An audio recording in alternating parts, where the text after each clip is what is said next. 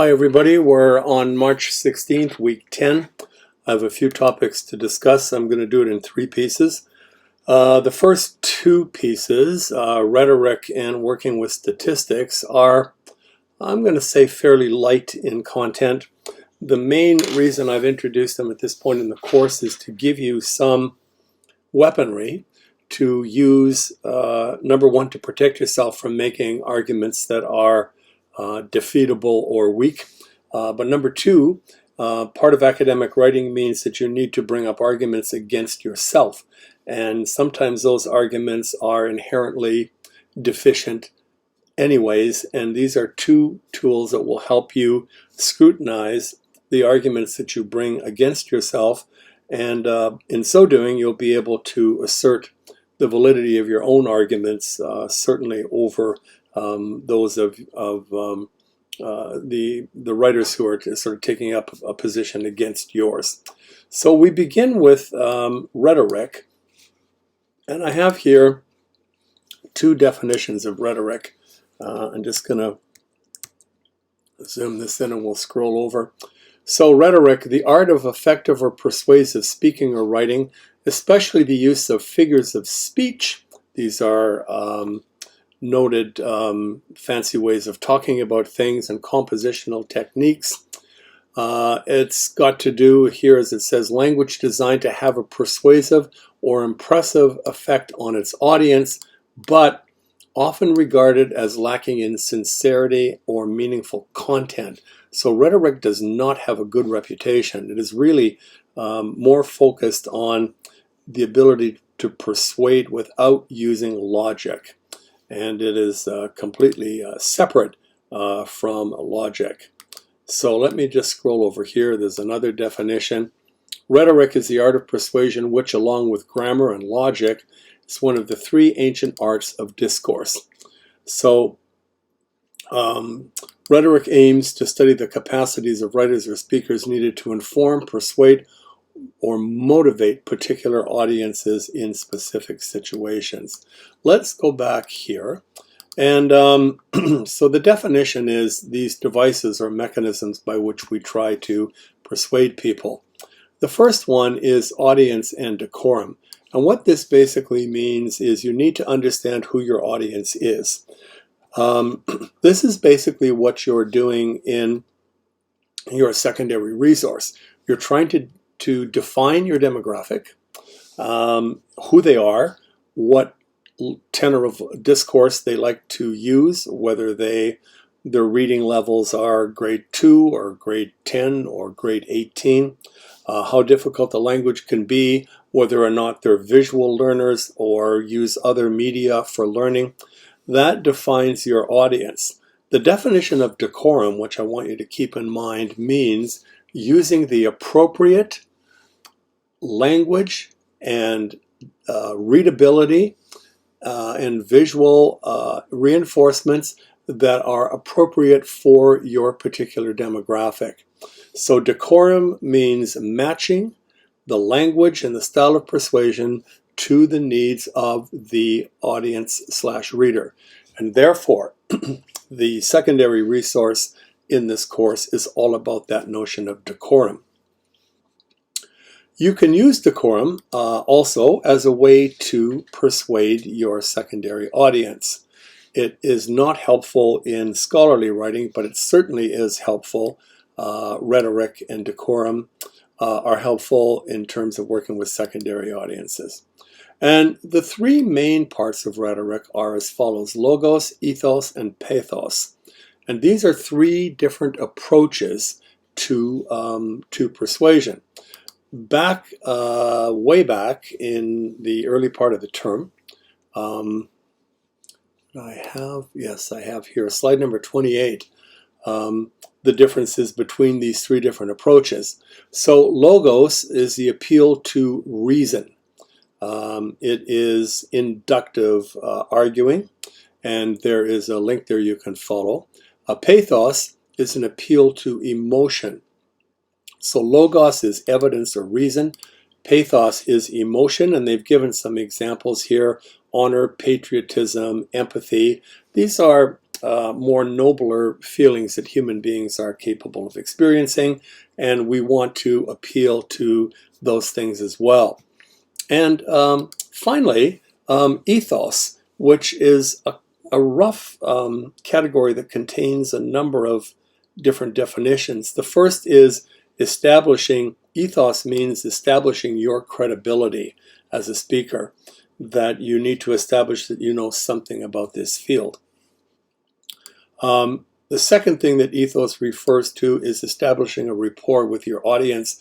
Sometimes, for example, when comedians come out to do a live show in front of an audience, they will say something like, "How is everybody tonight? What a good-looking audience." You are beginning to build a rapport with your audience to establish that. But ethos also has to do with the rightness and morality of your argument, the persuasiveness that truth is on your side and that legitimacy is on your side. And so you want to try to appeal to all three of these different levels. So this is a site, this site here, Rhetoric BYU EDU is this site here. It's called Silva Rhetoricae. And over on the left-hand side here, we have some further definitions of logos, pathos, and ethos. Logos names the appeal to reason, and it has to do with intellect and evidence. And so that is a main issue for you.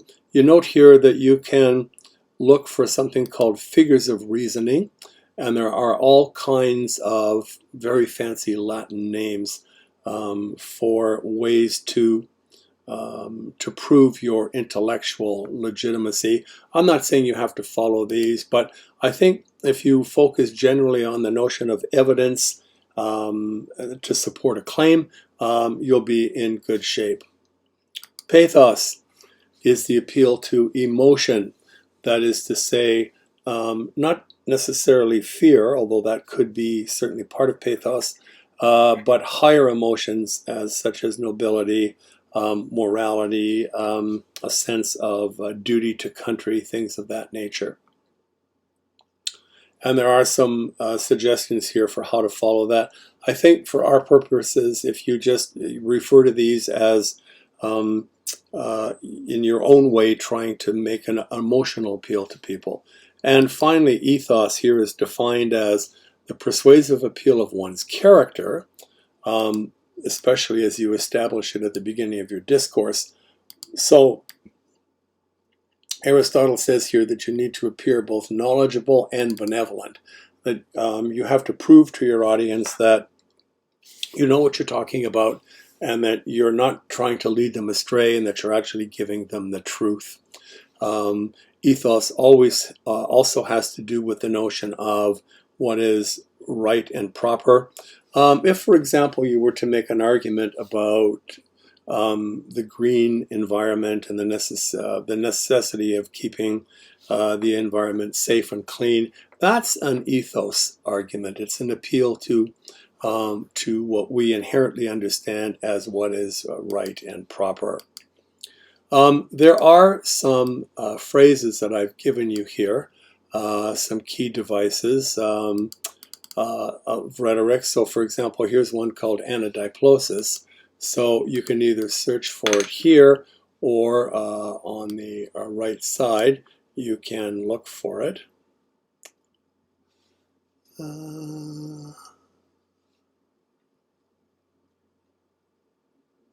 Where is it? Anadiplosis. The repetition of the last word or phrase from the previous line, clause, or sentence at the beginning of the next.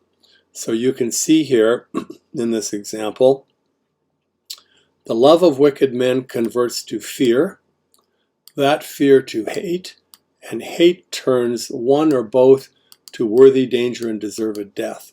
So you can see that fear is used at the end of this phrase and repeated early in the next, and then hate at the end of this one, and then at the early part of the next. And so it's kind of like toe to heel, toe to heel.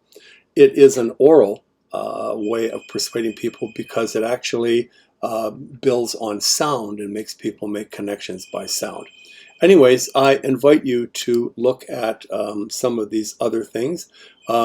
Personification means to attribute human values to an inanimate thing. So when I say the sky is crying, that is also it's a kind of metaphor, but I'm attributing human traits to the sky. The sky does not cry, but that can be a way to persuade you of the importance of, for example, my mood. I was sad and unhappy, and it rained, and I thought the sky was crying. So now I'm using that rhetorical device, that persuasive device of personification to make you feel what I feel. Reification, very briefly, means treating something human as an object. So, for example, derogatory references to women as a blonde or a redhead reduces them to hair color and turns them into objects. Accumulatio is piling things up. Many multiple pieces of evidence piled up and piled up and piled up. So that is, these are devices that you can use to persuade your secondary audience, but devices that you can also use to take aim in your scholarly work against articles who use these devices, because technically they're not really persuasive devices. Another kind of persuasive technique is different kinds of evidence. For example, using statistics or empirical evidence, which we'll talk about in the next section here. So you provide numbers. Expertise, which is somebody else's knowledge of something. Scientific, which is research on a particular field. Sometimes scientific and empirical are the same thing. Testimonial is the expert witness account or first-hand account of somebody who has seen something or who knows something about it and is an expert. An anecdotal piece of persuasion is like a testimonial, but not by an expert. So, for example, I'm doing research on whether or not cell phones distract people in school. If it's testimonial, it will come from a higher authority. If it's anecdotal, I will gather informally verbal accounts from parents or teachers or kids and just write them down as anecdotes. These are first-hand pieces of information, not by experts or anything like that. Another kind of evidence is analogical or precedent, namely, my favorite example of this is as follows. The best predictor of future behavior is past experience. I'll say it again. The best predictor of future behavior is past experience. And so if somebody has continuously failed to turn up at meetings or always lied to you or frequently lied to you in the past, when you encounter a new situation again, that's probably how it's going to go. Now you have to understand that the argument for analogy or precedent is not logical. Just because somebody lied to you or did something underhanded the last time doesn't necessarily mean that they're going to do it the next time. But there is a kind of intuitive sense that we have that, you know, if they've done it once, they've done it before. So these are techniques of persuasion. Logos, ethos, pathos, these particular devices here, there are more, and using these 6 different kinds of persuasion here.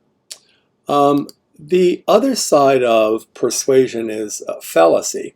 These are erroneous arguments that are made in an attempt to persuade you, but actually don't hold any weight. And so we'll just go to slide 27 here.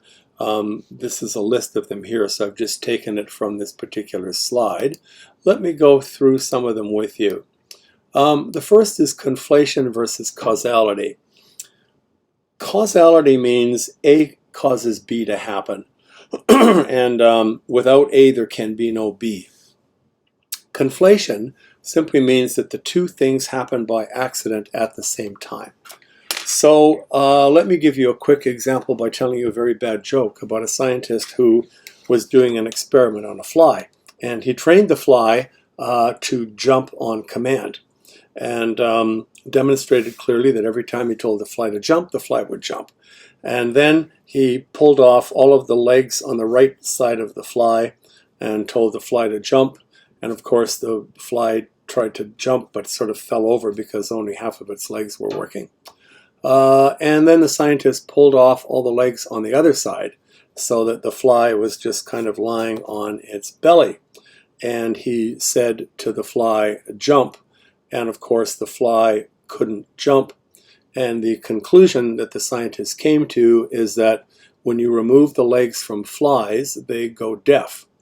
Well, that is an inaccurate causal attribution that makes no sense whatsoever. That's why it's a fallacy. The opposite to causality is something called correlation. In fact, and maybe I think I should just add that right now. Correlation means that there seems to be some kind of relationship between things, but it's hard to prove. Correlation. So, for example, for a long time, it was people who wanted to smoke, the tobacco companies, for example, would say things like, well, you know, smoking doesn't cause lung cancer. There's a correlation between people who have weak lungs to begin with and are not smoking our brand, may develop some kind of pulmonary problem, but it's not really our cigarettes that are causing it. It's in part caused by other factors. That's a correlation. And so you have to make sure those two things aren't conflated and brought together. An anecdote is trying to persuade somebody by example. You need to do A, B, and C because I once had an uncle who did this and it worked for him. Anecdote is almost like precedent. Sometimes they overlap. It's the same thing. Sometimes they're not. Appeal to probability simply means it's likely to happen. I gave you an example of the future behavior being the best predicted by past experience, or likelihood. An ad hominem is an interesting fallacy. It means an argument directed against the man.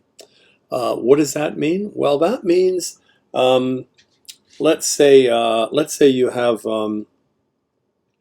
a television company arguing that it's very important for all customers to have as many choices on cable, as many wrestling programs as possible on cable, because that gives a better quality product.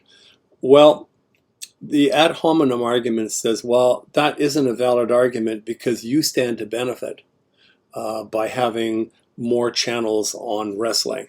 And so an ad hominem argument tries to defeat the logic of the argument by saying, I can't trust the person who's making the case. Now, in actual life, that's really true.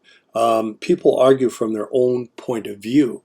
But in terms of the actual rules of logic, who they are has no bearing whatsoever on the truth or falsehood of what they claim. So that is an important distinction to make. Straw man we talked about already in the course. Straw man means that of all the arguments that could be brought against myself, I bring the weakest argument against myself, not the strongest. And then I prove myself to be a big man by defeating the weakest argument. All right, let's finally turn now to this website that I think you will find very helpful. Logical fallacies.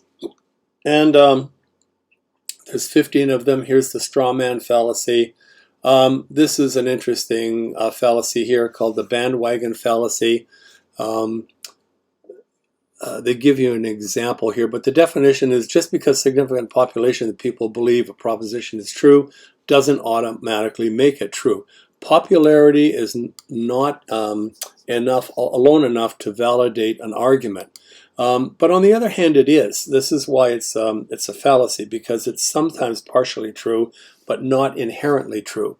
So, for example, when I was driving my Ford Escape, I really liked that vehicle, and I came to the conclusion that it was a really good vehicle because I saw a lot of them on the road.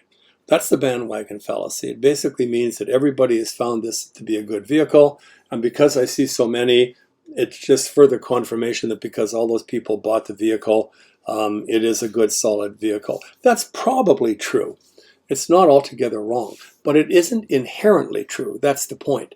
It's not inherently true because a lot of people could have been conned by good advertising or marketing as well. So that fallacy has been exposed. The appeal to authority, the Pope said so, the government said so, my parents said so. It's not a legitimate source of authority outside the self. False dilemma is very interesting.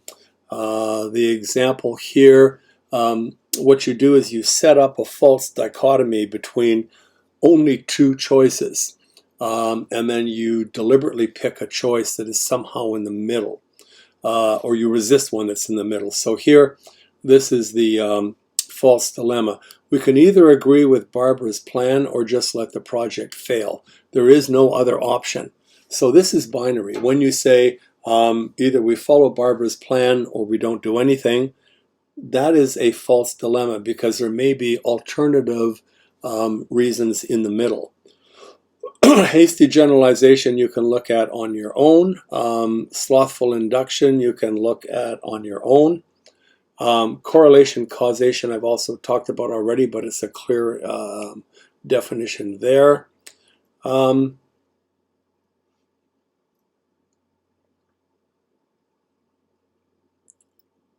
Let's see, middle ground.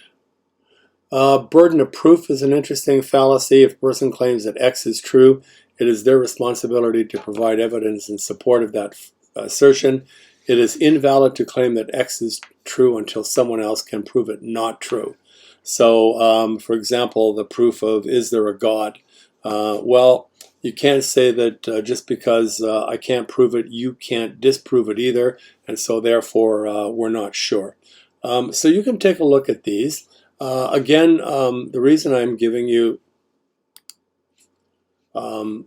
these weapons is to help you understand how to fight back against arguments that are being made by other people, but also in part you can use them on your secondary audience because that is a legitimate place to use them.